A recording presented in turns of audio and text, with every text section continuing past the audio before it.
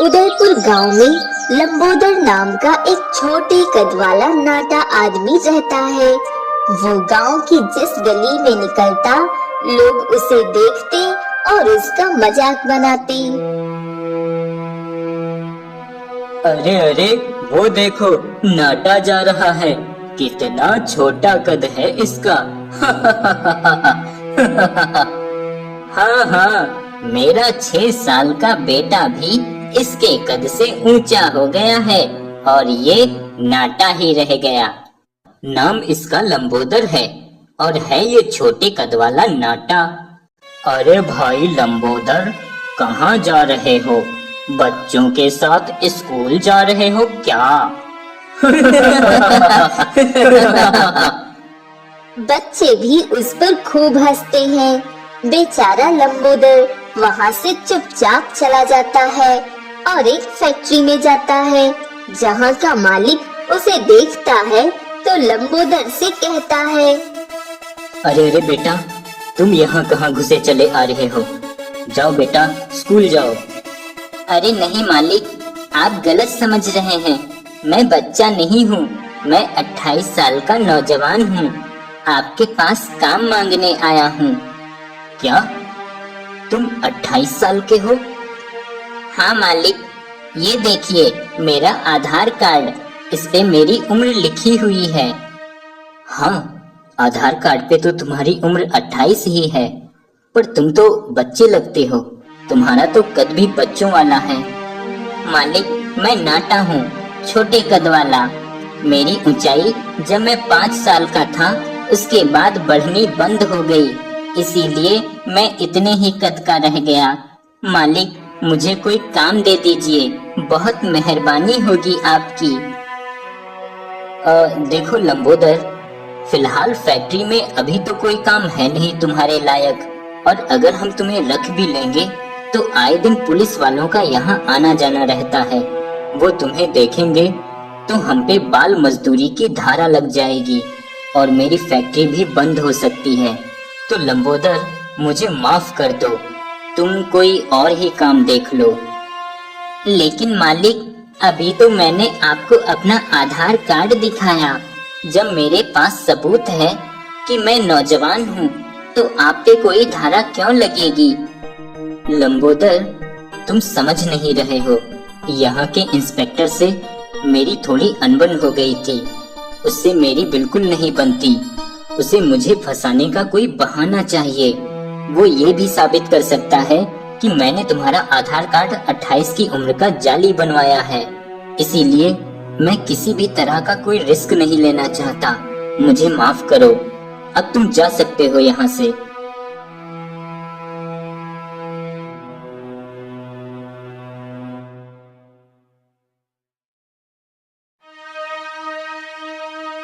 बेचारा लंबोदर निराश होकर वापस घर आ जाता है। लो, आ गए लाट साहब, मिल गई नौकरी। क्या हुआ बेटा, नौकरी नहीं मिली क्या? नहीं माँ, नहीं मिली नौकरी। मैंने अपना आधार कार्ड भी दिखाया, पर मेरे छोटे कद की वजह से सब मुझे बच्चा समझते हैं। मुझे कोई नौकरी नहीं देना चाहता। जानता था, मैं पहले से ही जानता था कि इसे कोई नौकरी नहीं मिलेगी। भला इस नाटे को नौकरी देगा भी कौन? बस हमारी ही छाती पर बोझ बनकर बैठेगा ये। तू मेरे घर से निकल क्यों नहीं जाता? जा, कहीं जाकर डूब मर, नाटा कहीं का। ये आप क्या बोले जा रहे हैं? वो हमारा बेटा है। आप अपने ही बेटे से ऐसा कैसे कह सकते हैं?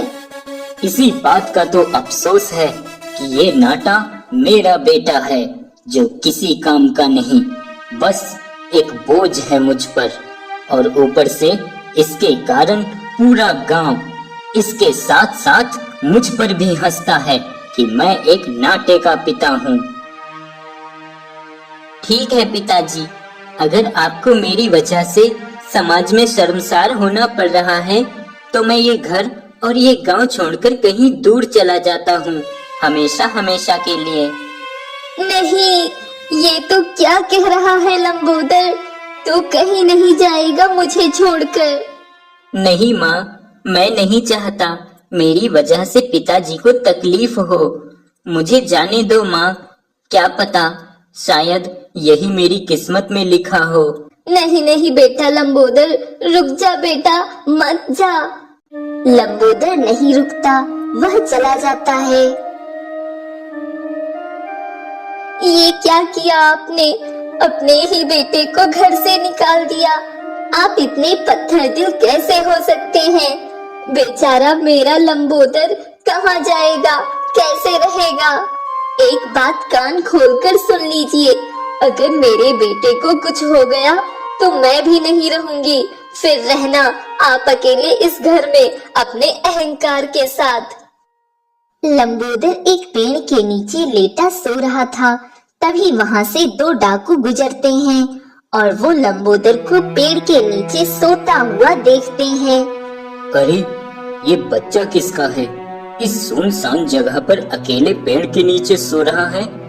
सरदार, चलकर इससे ही पूछते हैं। दोनों डाकू लंबोदर के पास जाकर उससे पूछते हैं। अरे बच्चे, कौन हो तुम? यहाँ इस सुनसान जगह पे अकेले क्या कर रहे हो? तुम्हारे माता पिता कहाँ हैं? तभी लंबोदर उन डाकुओं को अपनी कहानी बताता है। अच्छा, तो तुम बच्चे नहीं हो, 28 साल के नौजवान हो और तुम्हारे पिता ने तुम्हारे छोटे कद की वजह से तुम्हें घर से निकाल दिया है। हाँ डाकू जी, और मेरे छोटे कद की वजह से सब मुझे बच्चा समझते हैं और मुझे कहीं कोई काम नहीं देता, इसीलिए मेरे पिताजी मुझे एक बोझ समझते हैं। तभी दूसरा डाकू कुछ सोचता है और अपने सरदार से कहता है। सरदार, मेरे दिमाग में एक विचार आ रहा है। मैं सोच रहा हूँ क्यों न हम इसे अपनी गैंग में शामिल कर लें। इसके छोटे कद की वजह से सब इसे बच्चा समझते हैं। इस बात का हम फायदा उठा सकते हैं और इसकी वजह से हमारा काम भी आसान हो जाएगा और पकड़े जाने का भी डर नहीं रहेगा। तुम सही कह रहे हो, पर क्या ये हमारे साथ काम करेगा? करना ही पड़ेगा सरदार। इसके पास कोई और चारा भी तो नहीं है, इसे कोई और काम देगा भी तो नहीं। लंबोदर, तुम हमारे साथ काम करोगे? मैं तुम्हें बहुत सारे पैसे दूंगा। आपका बहुत बहुत धन्यवाद डाकू जी, पर मैं किसी के घर चोरी नहीं कर सकता, किसी को लूट नहीं सकता। मुझे माफ कर दीजिए डाकू जी, मैं ये सब नहीं कर पाऊंगा। मैं एक अच्छा और ईमानदारी का काम करना चाहता हूँ। ठीक है लंबोदर, अगर ईमानदारी का काम मिल जाए तो अच्छी बात है, वरना ये रहा मेरा पता। जरूरत पड़े तो आ जाना, मेरे दरवाजे तुम्हारे लिए खुले रहेंगे। इतना कहकर दोनों डाकू वहाँ से चले जाते हैं।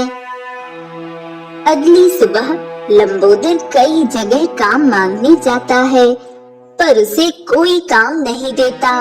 लंबोदर काफी निराश होता है। कहीं काम नहीं मिल रहा, अब कहाँ जाऊंगा मैं? कैसे अपना पेट भरूंगा? एक आखिरी कोशिश और करके देखता हूँ। अगर काम मिल गया तो ठीक, वरना मैं डाकू गब्बर सिंह की गैंग में शामिल हो जाऊंगा। लंबोदर एक गांव में जाता है, जहां उसे एक बड़ा घर दिखाई देता है। लंबोदर उस घर में जाता है और उस घर का मालिक सेठ धनीराम होता है, जो उस गांव का मुखिया होता है। अरे अरे, कौन हो बेटा? कहाँ घुसे चले आ रहे हो? सेठ जी, मेरा नाम लंबोदर है। मैं काम की तलाश में आया हूँ। मैं आपके घर का सारा काम कर दूंगा, झाड़ू पोछा बर्तन और बाहर से सामान लाना, और मुझे खाना बनाना भी आता है। अरे वाह, इस छोटे से बच्चे को इतना सारा काम आता है। मुझे भी घर के कामों के लिए किसी की जरूरत है। जब से मेरा नौकर काम छोड़ के गया है, मैं बहुत परेशान हूँ। ए जी, इसे ही रख लीजिए ना काम पे। अरे भाग्यवान, थोड़ा सब्र रखो। मैंने तुमसे कहा था कि मैं घर के काम के लिए किसी को ढूंढ लूंगा, तो मुझे ढूंढने का थोड़ा समय तो दो। ऐसे किसी बच्चे को कैसे काम पे रख लूं? वो सब मैं कुछ नहीं जानती। मुझे जल्द से जल्द घर में काम के लिए एक नौकर चाहिए। आपको मेरी जरा सी भी चिंता नहीं है। इतना बड़ा घर है, इतना सारा काम होता है घर में। मैं अकेले सारा काम करते करते कितना परेशान हो जाती हूँ। आपको क्या, आप तो बैठे रहते हो अपनी पंचायत लिए। इतने दिनों से कह रही हूँ एक नौकर ढूंढ दो, न ढूंढ के देते हो, और जो आया है खुद से चलकर काम करने, उसे भी भगा रहे हो। अरे भाग्यवान, तुम तो एक बार शुरू हो जाती हो तो चुप होने का नाम ही नहीं लेती हो। ऐसे कैसे काम पे रख लूं? ये एक बच्चा है। अरे बच्चा है तो क्या हुआ, जब वो खुद कह रहा है कि उसे घर का सारा काम आता है और वो सारे काम कर लेगा, तो आपको उसे रखने में क्या तकलीफ है? सेठ जी, मेरी बात सुनिए। मैं बच्चा नहीं हूँ, मैं 28 साल का एक नौजवान हूँ। क्या तुम 28 साल के हो? और तुम तो बच्चे दिखते हो। लेकिन किसी को यकीन कैसे होगा तुम बच्चे नहीं 28 साल के हो? बोलो। सेठानी जी, ये रहा मेरा आधार कार्ड, इस पे मेरी उम्र लिखी हुई है। देखा आपने, ये बच्चा नहीं है, बस नाटा है। अब तो रख लीजिए इसे काम पे। हाँ हाँ ठीक है, रख लेते हैं। पर हम तुम्हें क्या कहें, नाटा या लंबोदर? जैसा आपको ठीक लगे सेठ जी। देखो लंबोदर, काम तो करोगे, पर किसी प्रकार की हेरा फेरी अगर की तो तुम मुझे जानते नहीं हो। सेठ जी, मैं आपको शिकायत का कोई मौका नहीं दूंगा। तो ठीक है, जाओ अपनी सेठानी जी की काम में मदद करो। और भाग्यवान, लंबोदर को उसका नौकर कक्ष भी दिखा देना। लंबोदर, ये रहा तुम्हारा कमरा। पहले अपने कमरे की सफाई कर लो, फिर पूरे घर की सफाई कर लेना। अब लंबोदर घर के सारे काम करता और उसका गुजारा चलने लगा। एक दिन, लंबोदर, ए लंबोदर, जरा मेरे लिए एक गिलास पानी ले आना। लंबोदर पानी लेकर आता है। तभी गांव का एक व्यक्ति भी रोते हुए मुखिया के पास आता है। मुखिया जी, मुखिया जी, मुझ गरीब पे रहम कीजिए, रहम कीजिए मालिक। मेरी जमीन मुझे वापस कर दीजिए, मेरा परिवार भूखा मर जाएगा। अरे ये रोना धोना बंद करो मेरे सामने मनोहर। मैं तुम्हें पहले ही इतनी मोहलत दे चुका हूँ, अब और कितनी मोहलत दूं? समय की एक सीमा होती है, मैं कुछ नहीं कर सकता। अब जाओ यहाँ से, मेरा समय खराब मत करो। बेचारा मनोहर निराश होकर चला जाता है। लंबोदर, पानी लेकर खड़े ही रहोगे या पिलाओगे भी? जी मालिक, ये लीजिए। मालिक, वो आदमी बेचारा कितना परेशान था। उसके पास उसका खेत नहीं रहेगा तो उसके परिवार का गुजारा कैसे होगा? आप उसे थोड़ा समय और दे देते। नौकर हो, नौकर की ही हैसियत से रहो लंबोदर। अब मैं एक नौकर की सलाह पे काम करूंगा। मुझे क्या करना है मुझे अच्छे से पता है, तुम अपना काम करो। कहाँ जा रहे हैं आप मालिक? गांव के लोगों से मिलने जा रहा हूँ, कुछ काम है मुझे। मालिक, कुछ ही देर में आपकी दवा का समय हो जाएगा, इसलिए मैं भी आपके साथ चलता हूँ। लंबोदर सेठ धनी राम के साथ ही गांव में जाता है और वह देखता है सेठ धनी राम अपने ही गांव के लोगों को डराता धमकाता है। कान खोल कर सुन लो तुम सब। सेठ धनीराम हूँ मैं, इस गांव का मुखिया। मैं जो कहूँगा तुम सबको करना होगा। अगर मेरे खिलाफ कोई गया तो वो मुझसे बच नहीं पाएगा। तुम सबकी जमीनों के कागजात मेरे पास हैं।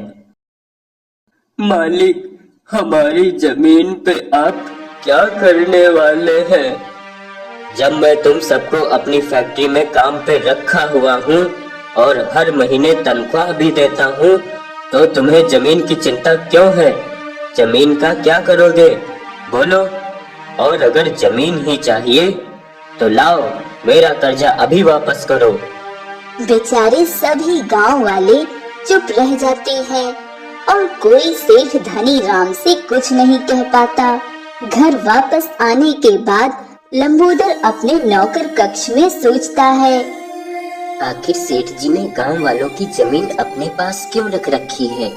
और वो गांव वाले सेठ जी से ऐसा क्यों पूछ रहे थे कि सेठ जी गांव वालों की जमीन का क्या करेंगे? लंबोदर ये सब सोच ही रहा था कि मुखिया की पत्नी उसे आवाज देती है, लंबोदर, ए लंबोदर। जी मालकिन, आया। जी मालकिन, बताइए। ये पैसे और सामान की लिस्ट है, बाजार से ये सारा सामान ले आओ जल्दी। और हाँ सुनो, झोला लेके जाना और झोले में ही सारा सामान लेके आना। ऐसे पॉलीथीन दिखाते हुए मत लाना सामान, लोगों की नजर लग जाती है। ठीक है मालकिन, मैं झोला लेकर जाता हूँ। पिछली बार झोला लेकर जाना भूल गया था। लंबोदर झोला लेकर बाजार जाता है और सब्जियां और सारा सामान खरीदने के बाद वापस लौटते हुए मंदिर के पास लंबोदर की नजर डाकू गब्बर पे पड़ती है, जो गरीबों को खाना खिला रहा होता है। अरे, ये तो डाकू गब्बर सिंह है। ये यहाँ क्या कर रहा है? लंबोदर गब्बर सिंह के पास आता है। डाकू गब्बर सिंह, मुझे पहचाना? अरे लंबोदर, चुप रहो। इतनी जोर से मुझे डाकू गब्बर सिंह मत कहो। हमें यहाँ कोई नहीं जानता। ये मेरा गांव है। यहाँ सब मुझे दयाराम और इसे मायाराम के नाम से जानते हैं।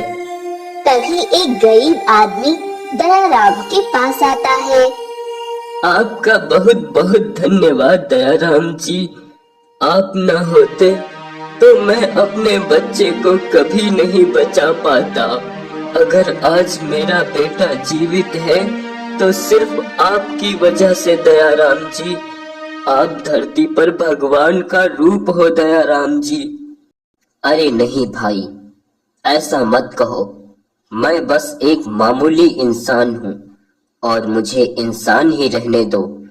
मैं कोई भगवान नहीं, मैं तो बस इंसानियत का फर्ज निभा रहा हूँ। और तुम चिंता मत करो, मैं जल्द से जल्द सेठ धनीराम के पास से तुम सब गांव वालों की जमीन के कागजात वापस लेकर ही रहूंगा। वह गरीब आदमी चला जाता है। लंबोदर को कुछ भी समझ नहीं आता। इतना क्या सोच रहे हो लंबोदर?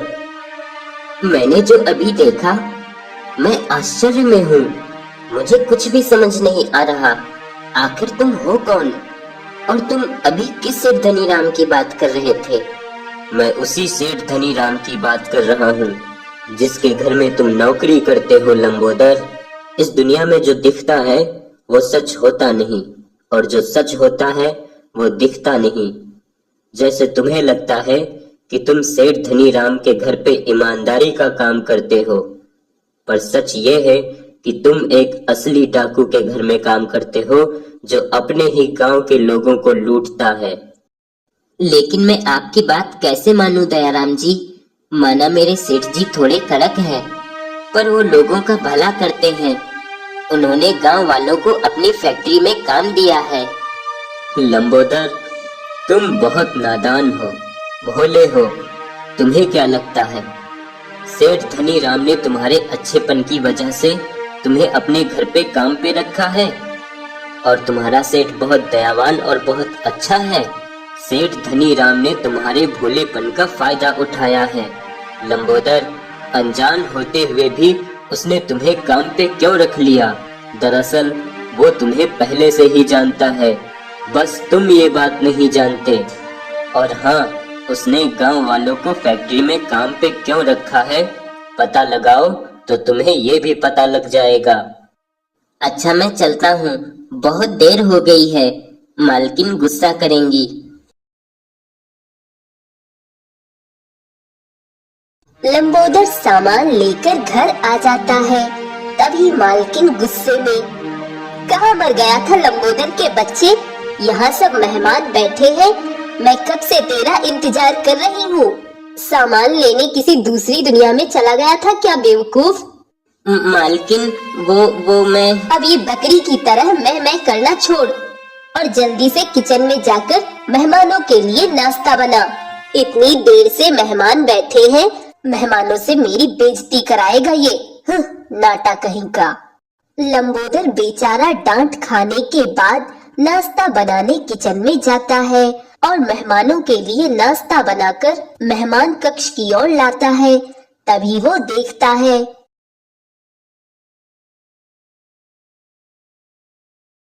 अरे, ये तो मेरे गांव उदयपुर के मुखिया जी हैं, ज्ञानदास जी। ये यहाँ कैसे?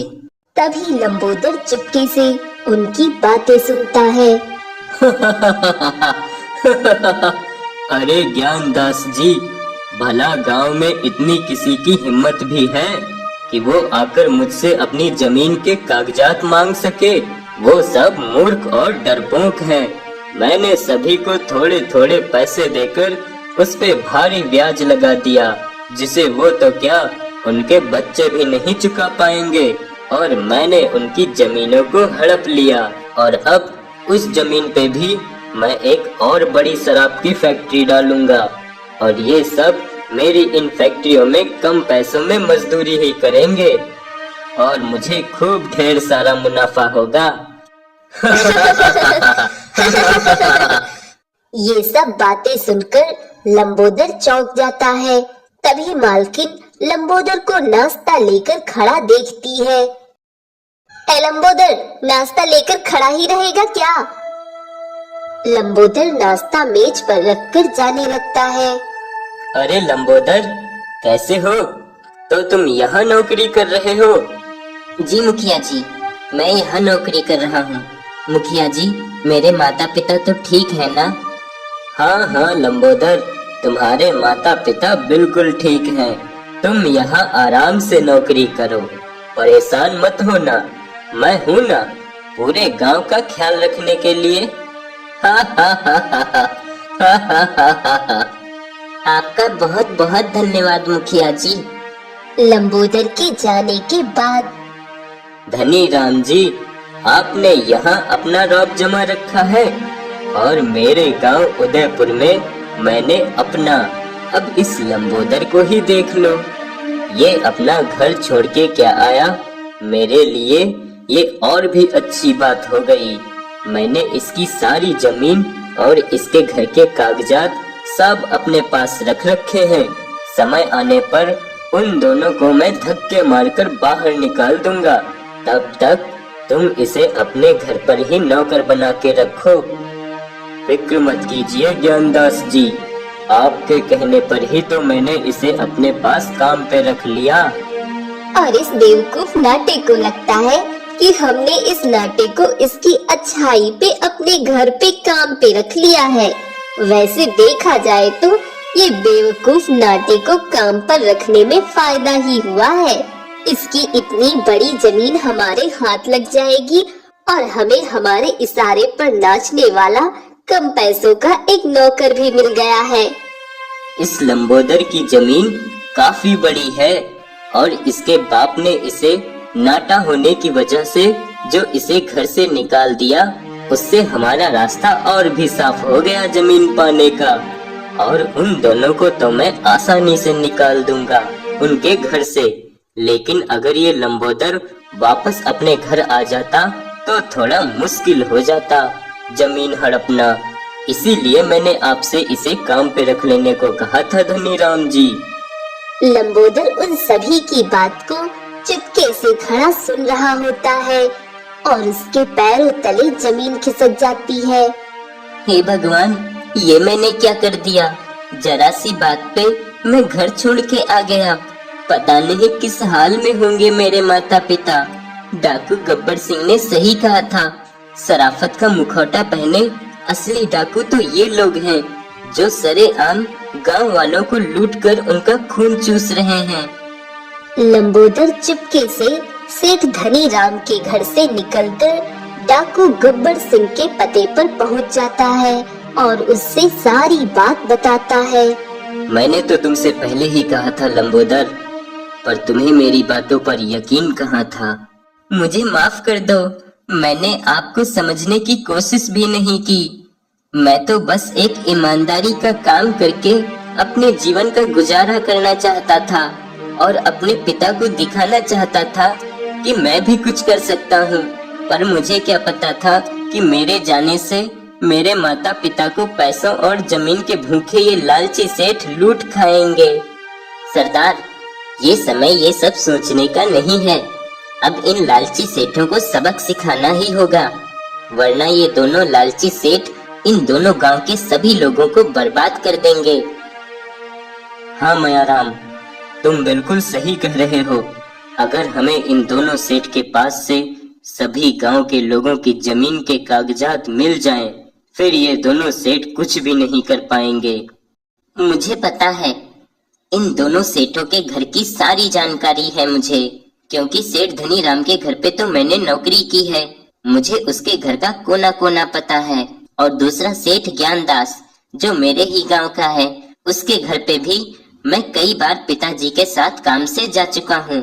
मुझे अच्छी तरह पता है इन लोगों ने गांव वालों के जमीन के कागजात कहाँ छुपा रखे हैं। तब तो ये काम तुम्हें ही करना होगा लंबोदर। लेकिन अगर मैं वेश बदल कर भी जाऊंगा तो भी मेरे छोटे कद की वजह से सब मुझे पहचान लेंगे। इसका उपाय है मेरे पास। इसके बाद उसी रात सेठ धनी राम के घर में पूरे कपड़े से ढका हुआ एक लंबा डाकू घुसता है और कागजात चुराकर जाने लगता है। तभी सेठ धनी राम की पत्नी उसे देख लेती है। आ भूत! तभी सेठानी की आवाज सुनकर सेठ धनी राम भी आ जाता है और उसे कागजात लेकर जाते हुए देख लेता है। अरे ये क्या? ये कौन है जिसकी टांगे इतनी लंबी हैं? इसके पास तो बंदूक भी है। इसका मतलब ये कोई लंबी टांगों वाला डाकू है। मैं लुट गया, बर्बाद हो गया। गांव वालों की जमीन के सारे कागजात ले गया ये डाकू। अगले दिन सुबह सेठ धनी राम सारी बात सेठ ज्ञानदास को बताता है। लंबी टांगों वाला डाकू? ऐसा कौन नया डाकू आ गया है? डाकू गब्बर सिंह को तो हम सब जानते हैं, पर ये लंबी टांगों वाला नया डाकू कौन आ गया? ज्ञानदास जी, वो मेरे घर से गांव वालों की जमीन के कागजात चुरा कर गया है। कहीं ऐसा तो नहीं वो आपके घर पे भी जाकर आपके पास जो कागजात रखे हैं उन्हें भी आज रात चोरी करने आए? अगर ऐसा है तो हम उस लंबी टांगों वाले डाकू को छोड़ेंगे नहीं धनी राम जी। मैं सारे गांव वालों को बुलवा लेता हूँ। मेरे सारे गांव वाले मेरी बात मानते हैं। सब मिलकर मार मार कर उस डाकू का भरता बना देंगे। अरे सुनती हो लंबोदर की माँ, आज रात सभी लोग हमारे गांव के मुखिया ज्ञानदास जी के घर लाठी लेकर इकट्ठा हो रहे हैं। क्यों, क्या हुआ है जी?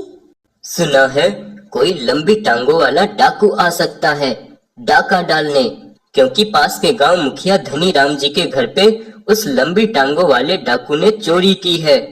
ए जी, मैं भी आपके साथ चलती हूँ। यहाँ मैं अकेली रहूंगी, मुझे तो डर लग रहा है। सभी गांव वाले लाठी लेकर ज्ञानदास के घर में छुपे होते हैं। तभी लंबी टांगों वाला डाकू चुपके से ज्ञानदास के घर आकर कागजात चुराकर जाने लगता है कि सभी गांव वाले और दोनों सेठ लाठी लेकर उसके सामने खड़े हो जाते हैं। तुझे क्या लगा था डाकू, तू मेरे घर से इतनी आसानी से चोरी करके जा सकेगा? मारो इसे सब मिलकर। जैसे ही गांव वाले उसे मारने चलते हैं, डाकू अपने ऊपर से कपड़ा हटा देता है और सभी देखकर चौंक जाते हैं कि लंबी टांगों वाला डाकू कोई और नहीं बल्कि उसी गांव का नाटा लंबोदर होता है। अरे ये तो नाटा लंबोदर है, इसने चोरी करना शुरू कर दिया। लंबोदर तुम्हारी टांगे इतनी लंबी कैसे हो गई? इसका मतलब तुमने ही मेरे घर पे भी चोरी की है। नमक हराम, मैंने तुझे अपने ही घर पे नौकरी दी और तूने हमारे ही घरों पर डाका डाल दिया। बंसीलाल, ये सिखाया है तुमने अपने बेटे को? क्या अमीर लोगों के घरों में डाका डालने के लिए तुमने इसे अपने घर से बाहर कर दिया था, या तुम भी इसमें मिले हुए हो? इस नाटे को तो हम सब शरीफ समझते थे, पर ये तो एक डाकू निकला। मारो इसे सब। तभी एक आवाज आती है, रुक जाओ, कोई उसे नहीं मारेगा। सभी देखते हैं सामने दो पुलिस वाले और साथ दयाराम और मयाराम भी होते हैं। इंस्पेक्टर साहब, अच्छा हुआ आप सही समय पर आ गए। ये देखिए, ये डाकू मेरे घर में डाका डालने आया था। गिरफ्तार कर लीजिए इसे। गिरफ्तारी तो होगी, लेकिन असली डाकुओं की। मुझे सबूत मिल गए हैं, मुझे सब पता है कौन शरीफ है और कौन असली डाकू। ज्ञानदास जी। क्या मतलब है आपका इंस्पेक्टर साहब? ओह धनीराम जी, आप भी यहीं पर हैं? अच्छा हुआ। मेरे साथ खड़े इन दोनों को जानते हैं आप? हाँ, जानता हूँ। ये मेरे गांव के दयाराम और मयाराम हैं। और यही डाकू गब्बर सिंह भी है। क्या ये डाकू गब्बर सिंह है? हाँ धनीराम जी, पर इसने आज तक कभी किसी गरीब को नहीं लूटा, बल्कि गरीबों का भला किया है। इन दोनों ने लंबोदर के साथ मिलकर तुम दोनों सेठों के खिलाफ काफी सबूत इकट्ठे किए हैं। वो सारे सबूत मेरे पास हैं। लंबोदर ने ये डाका मेरी निगरानी में ही डाला है, गांव वालों की जमीन के कागजात इकट्ठे करने के लिए। पुलिस धनीराम, उसकी पत्नी और ज्ञानदास को गिरफ्तार कर लेती है। लंबोदर, ये सारे जमीन के कागजात सभी गांव वालों को बांट दो। इस तरह सभी को उनकी जमीन वापस मिल जाती है। भाई लंबोदर, अगर तुम न होते तो हमें तो पता ही नहीं चलता कि हमारी जमीन हमारे पास है ही नहीं। इसका मतलब उस दिन इस मुखिया ने हम सबसे हमारी जमीन के कागजात पे अंगूठे लगवाए थे। हमें माफ कर दो लंबोदर, हमने तुम्हें हमेशा नाटा कहकर तुम्हारा मजाक उड़ाया और तुमने हमारे लिए इतना कुछ किया, पर तुम अचानक इतने लंबे कैसे हो गए? तभी लंबोदर अपनी नकली टांगे अलग कर देता है, जिसे देख सभी हंसने लगते हैं। आज से हम सभी गांव वाले लंबोदर भैया को अपने गांव का नया मुखिया चुनते हैं। सभी गांव वाले लंबोदर को मुखिया चुन लेते हैं और लंबोदर का पिता बंसीलाल भी लंबोदर से बहुत खुश होता है। चल बेटा, अपने घर चल।